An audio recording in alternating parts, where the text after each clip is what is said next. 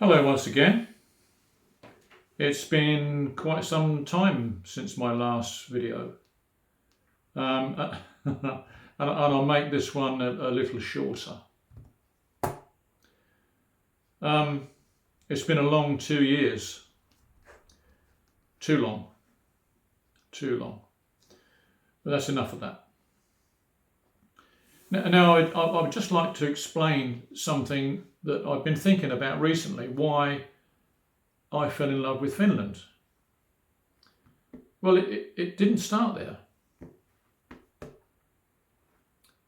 It started in 1988, but I didn't know it then.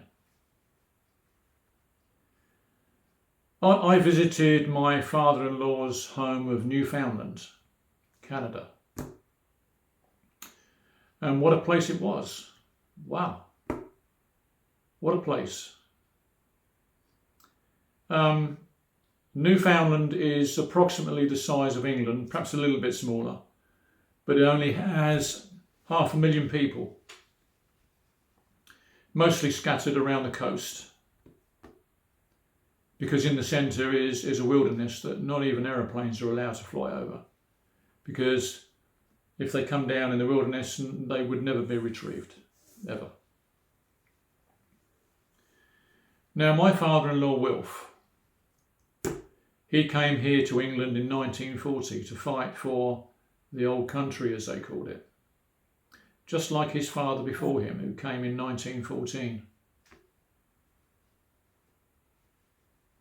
And the rule was, to all families in Newfoundland, only one male member of each family was allowed to come. Quite sensible. And a lot of people came here and a lot of people never returned. Wilf did. He married and he settled down here in England and had 4 children. And when we first met, I thought he was Irish. And the reason for that is because in the late 17th century, thousands and thousands and thousands of Irish people basically colonised Newfoundland. And their accents rubbed off on everyone else, and they handed that accent down. And of course, the attraction to go there was fishing, because you didn't need a lot of skills to be a fisherman. You went out in a boat and you caught cod. And at that time, the Grand Banks, the fish were giving themselves up, leaping out of the water, basically. And by the time I visited in 1988, the fish had gone. There weren't any fish. And in 1992, the Canadian government said no more fishing, and they stopped all fishing. And just remember, it had been fished for 500 years and had been fished out. The whalers and the fishermen, it just finished and stopped. And even now, after all this time, the fish stocks have still not returned to what they once were. Now, it's said that John Cabot, the Italian, discovered Newfoundland, and he named it Newfoundland. Very imaginative, wasn't it?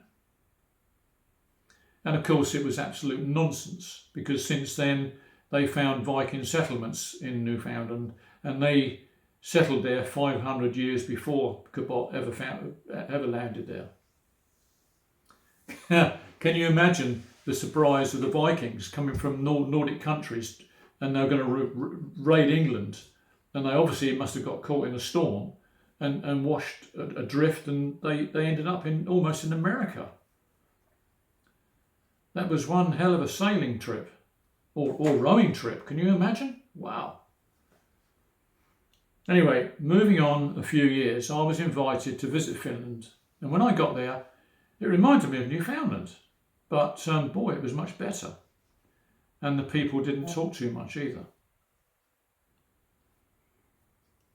I loved the place. Fell in love with it immediately.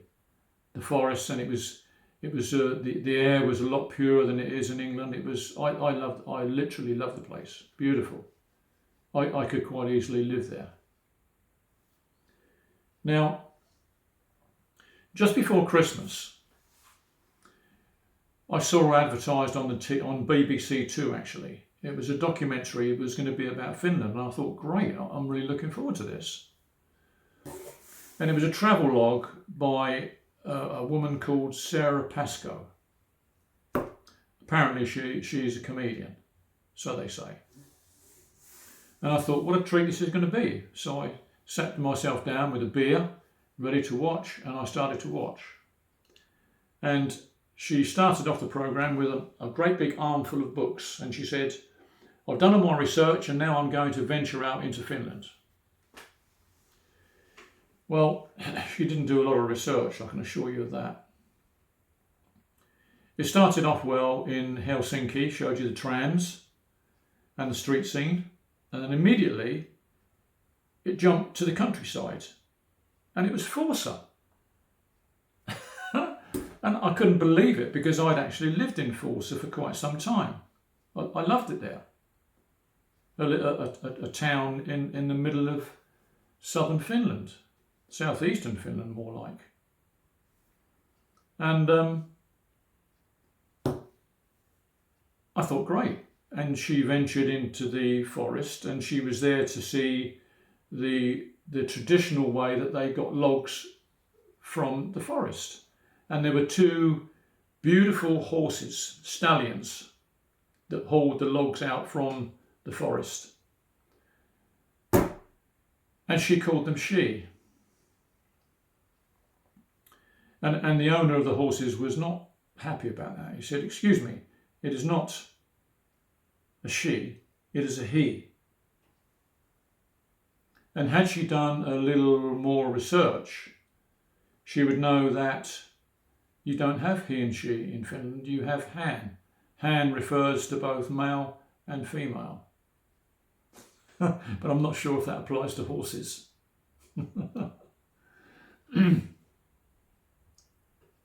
From there, she went aboard the icebreaker Sampo. And as you Finns know, that Sampo has been retired now, and it's basically a tourist attraction. And she went aboard, and she never asked any pertinent questions whatsoever. You know, why was it called Sampo? I could have told her that. But you Finns know. Of course you do. So that was a little bit of an embarrassment. And then the next really big embarrassment was when she visited a ranch with, I think you call it a ranch, not a farm, with reindeer. Ranch, okay. And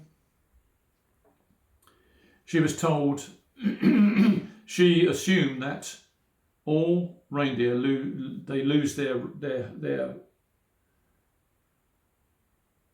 whatever you call them every year. But the guy said no. In actual fact, what they do with the males for them to keep their horns is they castrate them. If they're castrated, they will not lose their regalia. Well, they did lose their regalia, but not the one on their head. And her reply was, well, in my humble opinion, I think all males should be castrated. And the owner of the ranch was not pleased at all, not at all. He just said, excuse me, he said, I do not like the way this conversation is going. And he was obviously not amused by her so-called humour. And it went from bad to worse. And in the end, she was stopped on her travels and said, you can't travel anymore because of a mysterious virus. And to be honest, I was basically pleased it ended there. I've always assumed that a travel log is supposed to give a good write-up of the country being looked at, but she failed miserably, miserably. I'll keep this video a little shorter than my previous ones, but I intend to make a lot more. mainly about the quirkiness of Finns, and also the quirkiness and the idiosyncrasies of the English too. And believe me, we've got a lot of those. Trust me on that. But in a light-hearted way that won't offend anybody, hopefully. And Finland, I should run through some proverbs that I've learned. No, I haven't. I will attempt this, but please don't laugh. Or you can if you like, I don't mind. Arka, mies, saak, kaunist, vaimoa. That's supposed to mean, well, it does mean a shy man gets no beautiful wife. And in English, we say, a faint heart never won a fair lady, which is quite true. And the meanings are the same. Now, I'll leave you now, and until next time, thank you for watching. And if you enjoyed it, thumbs up. If you didn't, thumbs down. Pass it on to your friends. I don't mind. Bye-bye.